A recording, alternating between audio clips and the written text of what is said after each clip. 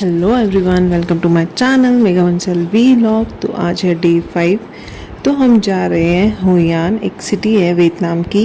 And यहाँ पे हम करेंगे Japanese bridge cover, Chinese assembly, coconut basket tour. यहाँ पे हम देखेंगे कोकोनट फॉरेस्ट। तो हुयान की बात करते हैं। हुयान ना एक एंशियंट टाउन है जो एक्सेप्शनली वेल प्रिजर्व एग्जाम्पल है south east Asian trading port का, जो डेट था 15 टू 19 सेंचुरी था। इसकी बिल्डिंग एंड इसकी स्ट्रीट प्लान जो है ना रिफ्लेक्ट करते हैं इन्फ्लुएंस इंडिजीनियस एंड फॉरेन के। ये कंबाइंड है, प्रोड्यूस करता है एक यूनिक हेरिटेज साइट। मतलब बहुत ही अमेजिंग बना रखा है हुयान को। सबसे पहले हम जाने वाले हैं मार्केट। यहाँ पे हम थोड़ी बहुत शॉपिंग करने वाले हैं। आप देख सकते हैं कितना प्यारा लग रहा है। बहुत ही प्यारी सिटी है। आसपास सारे कोकोनट ट्री हैं एंड जो इनका सी है ना एकदम क्लीन है, एकदम ब्लू कलर का दिख रहा है।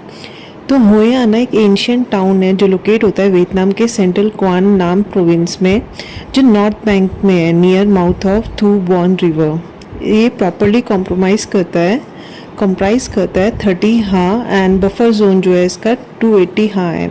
ये ना एक्सेप्शनली वेल प्रिजर्व एग्जाम्पल है small scale trading port active का, जो 15 टू 19 सेंचुरी था। यहाँ पे बहुत अच्छे से ट्रेड होता था। यहाँ पे countries of south east and east Asia और rest of the world trade करते थे।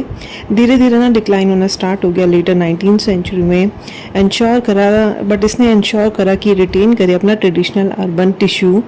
एक रिमार्केबल डिग्री है। ये जो टाउन है ना, ये रिफ्लेक्ट करता है fusion of indigenous and foreign culture का, क्योंकि यहाँ पे ना आपको देख के लगेगा यार थोड़ा बहुत ना चाइनीज़ कल्चर है यहाँ पे और जापानीज़ कल्चर है, और धीरे धीरे ना यूरोपियन इन्फ्लुएंस होने लगा यहाँ पे। कंबाइन था तीनों का। जो टाउन है ना कंप्राइजेस करता है एक well preserve complex. 1107 timber frame buildings हैं यहाँ पे, ब्रिक है, वुडन वॉल्स है। इंक्लूड करता है architectural monuments, commercial domestic vernacular structures, एक ओपन मार्केट है, फेरिक्वे है, रिलीजियस बिल्डिंग है, पगोडाज हैं, बहुत सारे फैमिली कल्ट हाउसेस हैं। ये जो हाउसेस हैं ना, ये टाइल्ड होते हैं एंड वुडन कंपोनेंट्स होते हैं, कार्व होते हैं ट्रेडिशनल मोटिव से। ये अरेंज होते हैं साइड बाय साइड टाइप में। ब्रेकफास्ट तो हमारा होटल में ही होता है एंड हमने लंच करा, उसके बाद हम सिटी टूर पे निकल गए थे। तो बाहर जो थे हमने बाहर के लोकल मार्केट से ही थोड़ा बहुत शॉपिंग कर ली थी। हुयान ना एक एंशियंट टाउन है जो रिटेन करता है अपना ओरिजिनल फॉर्म एंड फंक्शन। एक आउटस्टैंडिंग एग्जांपल है well preserve traditional south east Asian trading port का एंड कमर्शियल सेंटर का। ये जो है ना कंप्लीट करता है एक homogeneous complex of traditional wooden buildings का। इसका original culture and historical feature जो है ना वो डेमोन्स्ट्रेट करता है टाउन की आउटस्टैंडिंग यूनिवर्सल वैल्यू। और प्रेजेंट में ना ये वेल प्रिजर्व है एंड एविडेंट है क्योंकि यहाँ पे इंस्क्राइब प्रॉपर्टी है। तो ये जो थी ना इनकी मार्केट थी, आप देख सकते हैं बहुत ही प्यारी मार्केट। जो लैंटर्न्स इनके टंगरे होते हैं ना थोड़े डिफरेंट एंड यूनिक होते हैं, बहुत ही सुंदर दिखते हैं। तो हमने सब लोगों के लिए शॉपिंग करी, कुछ ना कुछ ख़रीदा, अपने लिए कुछ ख़रीदा। एंड यहीं से ना हम सबसे पहले जाएंगे जापानीज़ कवर्ड ब्रिज के पास। तो हुयान ना एक another UNESCO world cultural heritage site है। हुयान लाइफ में आया था एंड ऑफर करता है इसने टूरिस्ट को एक चेंज, जहाँ पे आप शॉपिंग कर सकते हैं एंड रिलैक्स कर सकते हैं लोकल रेस्टोरेंट में। तो सबसे पहले हम जाएंगे जापानीज़ कवर्ड ब्रिज के पास। वहाँ पे ना को पगोड़ा है, हिस्ट्री है उसकी मोर देन 400 ईयर्स। और पगोड़ा जो है ना कंसिडर करा जाता है इस most significant construction of Hoi An old town. मतलब बहुत ही अच्छी अमेजिंग इसकी बिल्डिंग थी एंड बहुत ज़्यादा भीड़ थी यहाँ पे, बहुत सारे टूरिस्ट आए थे इसको देखने के लिए। तो बहुत ही प्यारा बनाया गया था ये। इसको ना जापानीज़ ने बनाया था सिंस 17 सेंचुरी, और अब तक जो ब्रिज है ना वो अट्रैक्ट करता है thousand of tourist visitors from all over the world, क्योंकि यहाँ पे एक unique beauty and special architecture है। आप देख सकते हैं बहुत ही प्यारा बनाया गया है। अमेजिंग व्यू था इसका। जब भी मतलब जो भी लोग आए उन्होंने यही बोला वाओ यार बहुत ही प्यारा बनाया है। जापानीज़ ब्रिज जो है ना एक आइकॉनिक सिंबल है हुयान एंशियंट टाउन का। और ये ना प्रिंट हुआ था इसको वियतनाम में। इसके 20,000 VND बैंक नोट है अगर आपको इसको देखना है तो। यूनेस्को की साइट है ये और अट्रैक्टिव है। 17th सेंचुरी में बिल्ट हुई थी। जापानीज़ ब्रिज जो है ना इसको रिगार्ड करा जाता है as a beautiful reminder of towns की लॉन्ग हिस्ट्री के लिए। ये जो ब्रिज है ना कनेक्ट करता है पास्ट को, प्रेजेंट को एंड फ्यूचर को ओवर सेंचुरीज़। जापानीज ब्रिज जो है ना होयान में, इसको को पगोड़ा भी कहते हैं, बिल्ट हुआ था 17th सेंचुरी में। जापानीज बिजनेसमैन असिस्टेंट्स ने बनाया था। इसका रिजल्ट ये था कि ब्रिज जो है ना वो एसोसिएट होता है मॉन्स्टर लेजेंड के साथ, जिसका नाम नमाजू भी कहते हैं। नमाजू ना एक जापानीज माइथोलॉजिकल मॉन्स्टर था, जिसका उसका मूवमेंट की वजह से ना अर्थक्वेक आया था एंड फ्लड आया था। और इसका हेड जो है ना लोकेट होता है इंडिया में, और इसकी बॉडी जो है वो वियतनाम में है, और इसकी टेल जो है ना पूंछ वो जापान में है। ये जो ब्रिज है ना वो बिल्ट हुआ था with the belief of magical sword, pin down करता है नमाजू बैक। जो मॉन्स्टर था ना वो रिगल नहीं कर पाया था, उसने प्रिवेंट करा था नेचुरल डिजास्टर वियतनाम में, जापान में एंड इंडिया में। और जो लाइफ है ना लोगों की 3 सेंचुरीज में इसी वजह से हुई थी, वो आराम से रह पाए थे पीस में एंड प्रोस्पेरिटी में। 1719 में क्या होता है, लॉर्ड निगुएन फुकचू उन्होंने विजिट करता होयान और काव करा था, ये ब्रिज बनाया था। 3 चाइनीज़ कैरेक्टर इसके ऊपर एंट्रेंस पे थे, जिसका मतलब था लाई वियान क्यू वियतनाम में, और इसका इंग्लिश में मतलब है जो ब्रिज है ना वो रिसीव करता है गेस्ट दूर दूर से। और इसके साथ में ना पगोड़ा है, जिसका नाम जापानीज ब्रिज है, जापानीज कवर्ड ब्रिज है, और इसको कंस्ट्रक्ट करा था जापानीज पीपल ने। जो ब्रिज है ना वो 18 मीटर लॉन्ग है, कनेक्ट करता है ट्रांफू स्ट्रीट को चाइनीज़ क्वार्टर को on the eastern side and Nguyen Thi Minh Khai street Japanese quarter को ऑन द वेस्टर्न साइड। ये क्रॉस करता है थूबॉन रिवर को, एक सरीन एंड नॉस्टैल्जिक एटमॉस्फेयर लेके आता है। ये जो ब्रिज है ना उसका जो टॉप है वो mainly red like would say बना था, उसका जो बेस है ना वो कंस्ट्रक्ट हुआ था स्टोन से। और अभी तो हम मार्केट ही एक्सप्लोर कर रहे थे, लेकिन मैं आपको चाइनीज़ ब्रिज की हिस्ट्री के बारे में बता रही हूँ। और नेक्स्ट हम आ गए थे चाइनीज़ असेंबली हॉल। आप इसका ना जो आर्किटेक्चर वगैरह है या बाहर से आप जो देख रहे हो, बिल्कुल ऐसे लगेगा कि चाइनीज़ ने इसको बनाया था।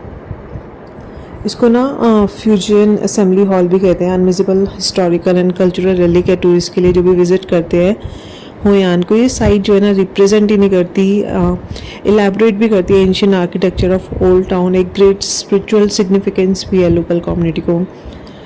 ये ना मोस्ट डिलाइटफुल सिटीज़ में से एक है साउथ ईस्ट एशिया की होयान, और ये इसके टूरिस्ट जो है ना वो धीरे धीरे इंक्रीज़ ही हो रहे हैं, नेशनल हो या इंटरनेशनल टूरिस्ट हो, क्योंकि यहाँ का ना ट्रेडिशनल चार्म है। मेजर हाईलाइट जो है ना इसकी एंशियंट टाउन है, जो एक यूनेस्को की वर्ल्ड हेरिटेज साइट भी है। असेंबली हॉल जो है ना फुजन चाइनीज़ कॉन्ग्रेगेशन का, ये one of the 5 prestigious and most visited assembly hall है टाउन में।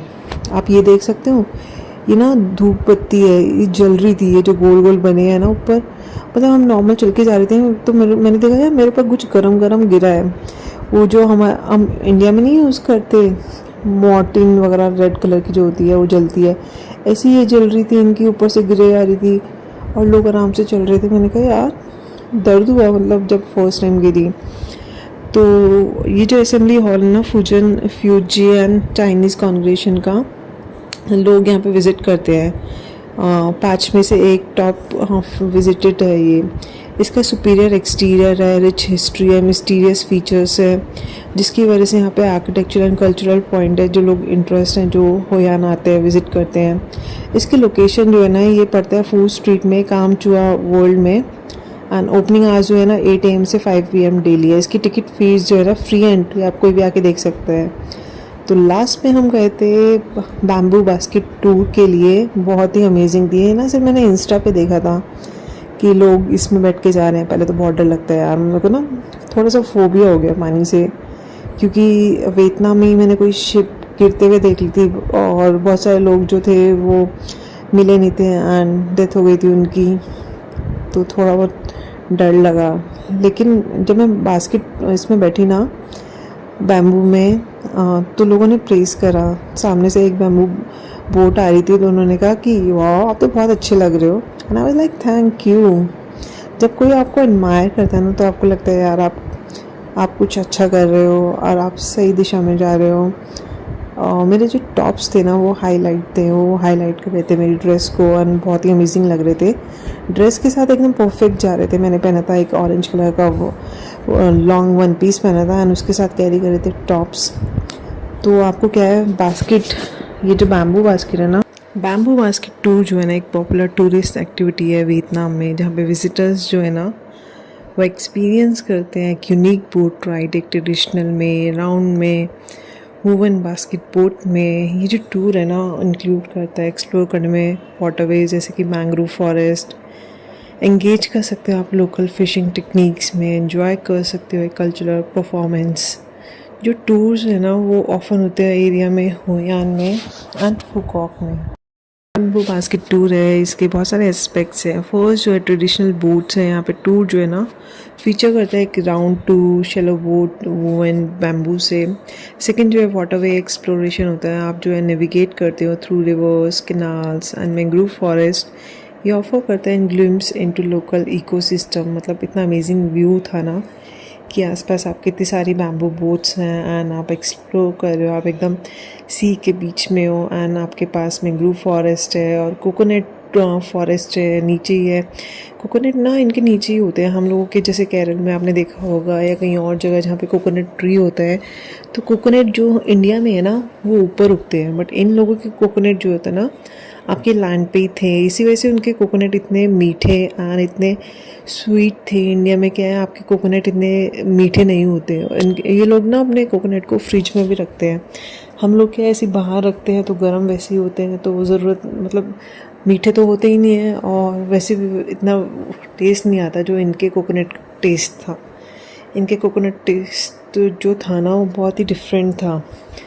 थर्ड एस्पेक्ट जो है ना वो ये है, यहाँ पे कल्चरल इमर्शन होता है, एक्टिविटीज़ होती है, जैसे आप फिशिंग डेमोन्स्ट्रेशन कर सकते हो, ट्रेडिशनल म्यूज़िक परफॉर्मेंस एंजॉय कर सकते हो। एंड यहाँ पे ना ये जो जैसे आप अलग अलग देख रहे हो वहाँ पे ना अलग अलग म्यूज़िक चल रहे थे, इंडिया के भी गाने चल रहे थे, चमक चलो चल रहा था। एंड लोग जो है ना तो इंडियंस जो थे ना आसपास वहीं पे जाके खड़े हो गए थे जहाँ पे इंडिया के गाने बज रहे थे। एंड ये बहुत डिफ़िकल्ट है, मतलब अगर कोई पानी में गिर गया तो भाई खुद ही देखना, जिसको स्विमिंग आती है उसको तो कोई डर है ही नहीं, बाकी जो गिर गया वो अपने आप देखेगा।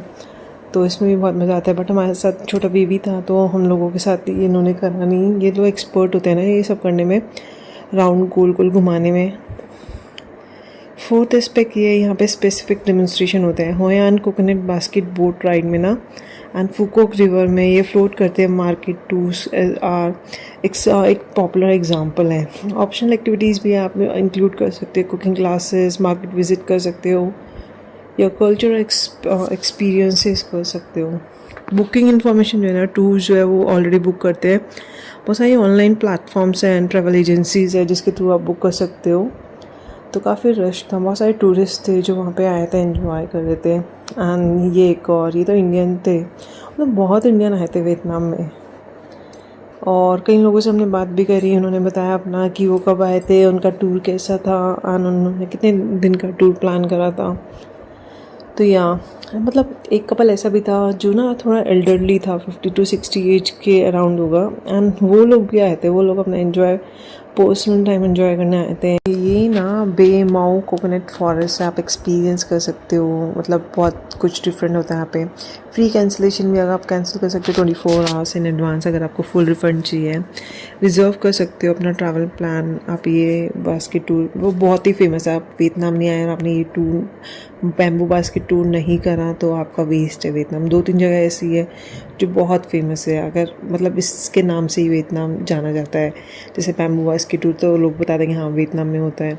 इसका ड्यूरेशन जो है ना वो 45 से 50 मिनट्स के अराउंड होता है। एंड आप कभी भी मतलब बहुत सारी ऑनलाइन साइट्स है जिसके थ्रू आप बुक कर सकते हो। इसकी हाईलाइट यही है आप इंजॉय करते हो short time with nature Hoi An में एंड विजिट करते हो बे माओ कोकोनट फॉरेस्ट, इंजॉय करते हो day with nature in Hoi An, visit करते हो स्टनिंग बे कोकोनट फॉरेस्ट, इंटरेक्ट करते हो फ्रेंडली लोकल से। लोकल बहुत अच्छे, मतलब उन्होंने मेरी तारीफ़ करी, मतलब बहुत सारे लोकल थे, मेरे बच्चे की तारीफ़ करी and they were very friendly and बात कर रहे थे, ऐसा नहीं है कि वो अपने में रिजर्व थे, आपके साथ भी बात कर रहे थे। तो बहुत ही अमेजिंग एक्सपीरियंस था।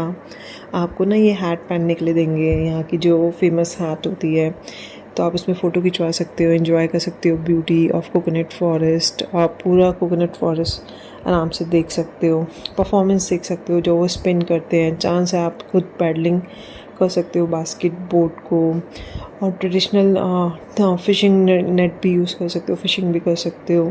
थोड़ा नॉइसी होता है, आप कारों की एक्टिविटी भी कर सकते हो, एक्सपीरियंस कर सकते हो कैच करने का, क्रैब्स जो होते हैं तो लास्ट में हम सब पूरा दिन टूर करने के बाद हमने चाइनीज़ असेंबली देखी, जापानीज़ ब्रिज देखा एंड बैम्बू बास्केट टूर करा एंड फाइनल था हमारा डिनर टाइम और हम गए थे बनारस। ये जो था ना हुयान में भी था। So that's all for today. Thanks for watching my video. Please like share subscribe.